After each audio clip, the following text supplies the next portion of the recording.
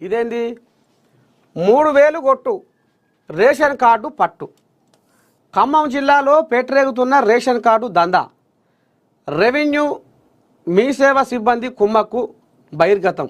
ఓ అమ్మా, కార్యాలయాల చుట్టూ తిప్పి దోపిడీ ఆటలు.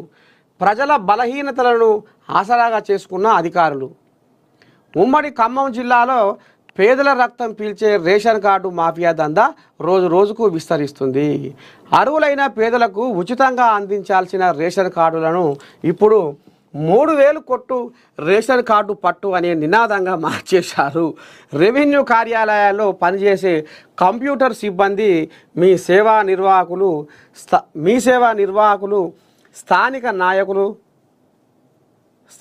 నాయకుల వరకు ఈ అక్రమ వసూళ్ల ర్యాకెట్లో భాగమవుతుండడంతో ప్రజల్లో కోపం ఉధృతము కట్టలు తెంచుకుంటుంది. మరి అధికారులు గీ పని చేసి గీ ఉద్దారకం చేస్తే ఈ సర్కారుకు చెడ్డ పేరు రాకపోతే ఏముంది? ఇప్పుడు మేము అర్హులైతే ఎవరైతే ఉన్నారో వాళ్ళకు రేషన్ కార్డు చేస్తున్నాం అనేమో వాళ్ళు చెప్పుకో తిరుగుతారు. ఇక లోపటంగా చిన్న చిన్న చోటా మోటా బోకర్గాళ్ళు అధికారులు కుమ్మక్క అయ్యేమో గీ కథ నడిపిస్తుర్రు. ఇక ఇది కథ మొత్తానికి. ఇక గిసబడి కథ నడుస్తుంది. ఇక ఇంకేముంది, మూడులో చూద్దాం ఒకసారి ఇక భాగవతం అంతా.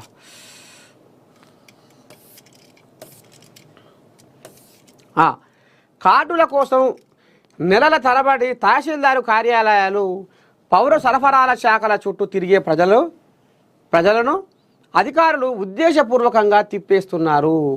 దరఖాస్తులు పెండింగ్లో పెట్టి చివరికి లంచం లేకుండా ఒక్క అడుగు ముందుకు కదలదు.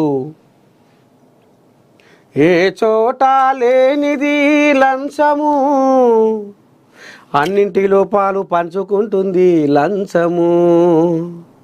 దేనికైనా కావాలి లంచము, ఈ అలవాటే మరవదా ప్రపంచము. ఏ చోట లేనిది లంచము, అన్నింటిలో పాలు పంచుకుంటుంది లంచము.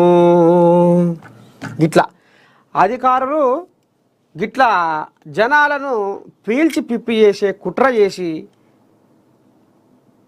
ఆశకు అద్దు లేకుండా పేదోళ్ళ పేగుల్లో జనిగలై బలుస్తున్న మరి గీ అధికారులను మరి ఇక ఏమనాలో ఎట్లనాలో నాకైతే నోరొస్తలేదు.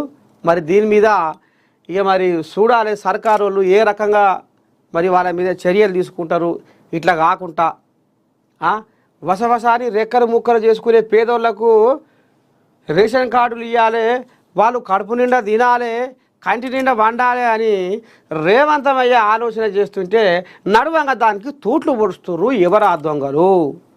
బయటికి రావాలి, బట్టేసి బజార్లో గుంజుక రావాలి,